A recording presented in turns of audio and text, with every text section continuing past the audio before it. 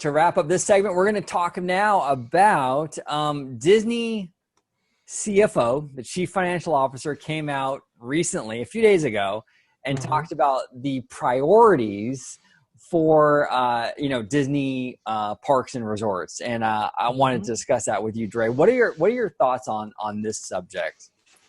So Christy McCarthy came out. She's the CFO for Disney, and she came out at the Bank of America Virtual 2020 Media Communications Entertainment Conference on Thursday, it says here. So she was speaking there and talking about the challenges as they relate to operating Disney in this current climate. That's quite a task right now, as you can possibly imagine. They're a studio, not actually in production of any movies. That's great. So they talked about investment at the parks. And apparently their capital expenditures when it comes to investment at the parks was reduced, they're saying, to $1.2 billion. But that they were still going forward. They were still going forward with projects. We heard before that Bob Chapek was talking about, we're going to be taking a look at what we're doing going forward and how, we're going to have to make adjustments because the level of investment was high. I mean, I think it was up to like $25 billion at any one time. It was a huge investment all over the world. But that it seems to have been reduced, and they've picked out some projects. And what's fascinating is that, the two out of the three projects she mainly brought up were Disneyland Resort related. That Mickey and Minnie's Runaway Railway at Disneyland and Avengers Campus at Disney California Adventure. Now, I think Disney California Adventure, I think that was just, hey, we're 80% along with this thing. Right. let's just get it wrapped up. Let's get this going. As far as the Big E ticket that was, swirling around, you might want to hold off on that one a little bit. But that's not to say that that's never going to come. I mean, there is huge interest in the Marvel properties. And if there was any one property that was going to have an investment, it's got to be Marvel. So, that might not even be off the table either. When it comes to Mickey and Minnie's Runaway Railway, this one was particularly interesting. I know we had debated previously whether or not Mickey and Minnie's Runaway Railway was going to go forward. But it looks like they're still going at it. And the one particular thing she brings up was the success of the existing Mickey and Minnie's Runaway Railway version at Disney's Hollywood Studios. That because it had opened right before the COVID outbreak, as it relates to America, the surveys were already out. That the response was so huge that did indeed may have been a huge driving factor in going forward with Mickey's Runaway Railway. You see, you have to understand there are many competing forces within Disney. There are the kind of the fiscally conservative bean counters who are saying, no, we shouldn't do this, we shouldn't do that. There are people that are far more ambitious. We should do this, and we should do this for this reason. We should do this for that reason. You have people that simply want to create anything. They just want a chance to create anything they want. And so there are a bunch of competing interests. And what's interesting is it sounds like they were savvy enough to bring up those surveys and say, hey, look, this is the justification for doing this project in particular. Now, we know a lot of the supplies that were going to be used in the creation of Mickey and Minnie's Runaway Railway in Disneyland were already coming forward. But it seems to be that there were enough, that there was enough of a fight. There was enough ammo to work with to really get that going, and that's really, really good news for Disneyland.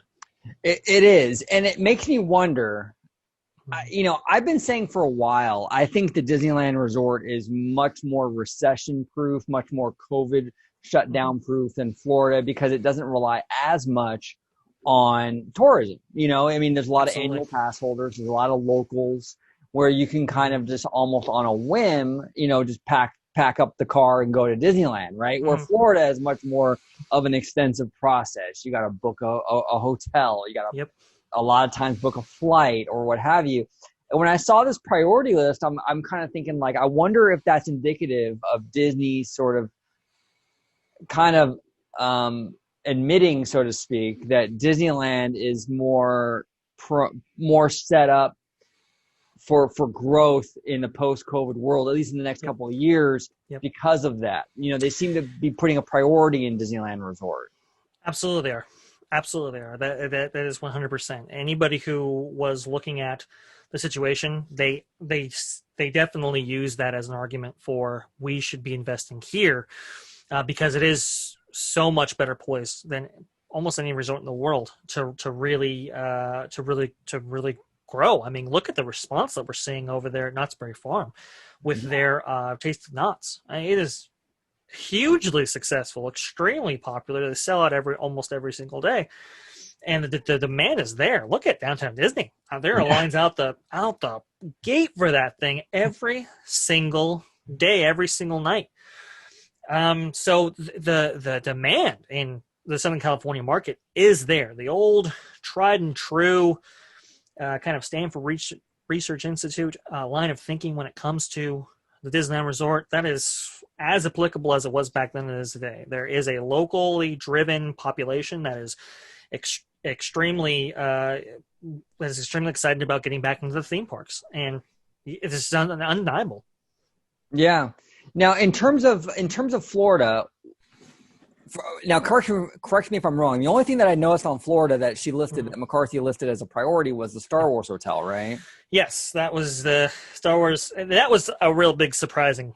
I was going to say that is a big surprise, because like I do think the tourism market's dead for a while, and when they brought that up, I was like, okay, you guys are really doubling down. Well, and that's just the thing. You're not even talking about a new resort hotel or whatever. You're talking about a completely new concept that is very much like a cruise line. Which, by the way, she does bring that up too. Like, oh, that business is like that's the last of our businesses coming back, but you still are going forward towards this Star Wars hotel concept, and that was really alarming, because if you want to talk about, okay, I guess they're not worried about interactivity, because these were going to be very small spaces, these were going to be very intimate environments, intimate experiences, and that one is still going forward. That blew me away. That shocked me, because that was a risky venture even before this.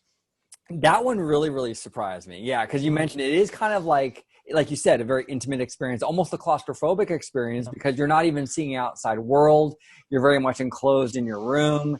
And then, you kind of do a bunch of like interactive things like a Savi's lightsaber workshop kind of thing, right? Yes. Where you go and you build things, or you do things. So that really, really shocked me. They must believe in that concept, I guess. I mean, I think they must believe in it. That's one. Two, I think because of how many rooms that there were going to be, it's not super risky, if that makes sense.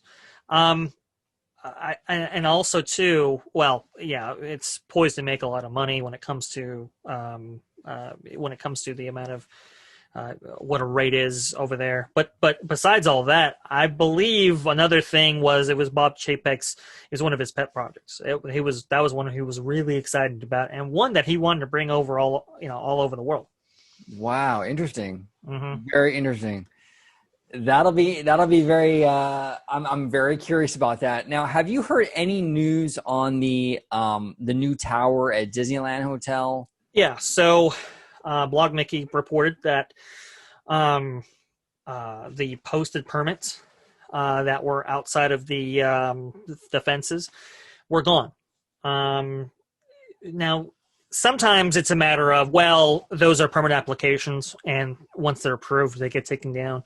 Okay. But it was kind of interesting. It didn't sound like that was the case. Now, the city of Anaheim is saying, no, that project's still going forward. We're still, we still have to just set on some deadlines. But that project is still in the pipeline. That is not going anywhere.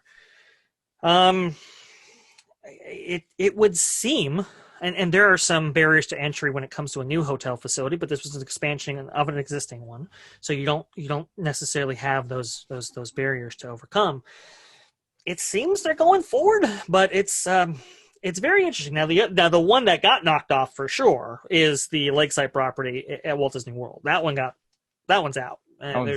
They're not going forward with that one, from what I understand, from what I've heard from my sources. That the lakeside property, what was it called? It was called the riverfront properties. The villas that were out there. that's just not going forward. But there seems to be enough of a driving force for the DVC property in Disneyland, and largely because they don't really have a DVC only facility as of right now. That might have been one of the driving forces in getting that done. It seems that is going forward, but I don't know, man. I mean, it's a very volatile time for the company. We'll see. Yeah, we'll see. That is interesting, though. That's very, very interesting. And hopefully by the time these open, whether it be the DVC Tower or the Star Cruiser Star Wars Hotel, hopefully this pandemic is very much behind us, and they do very well, hopefully. It does feel, at least in the States, it feels like we're really rounding the corner. And it seems that you can exist within a pandemic and still do business in regards to theme parks. I think it's really working out. So we'll see. We'll see. Okay, now we're going to go on.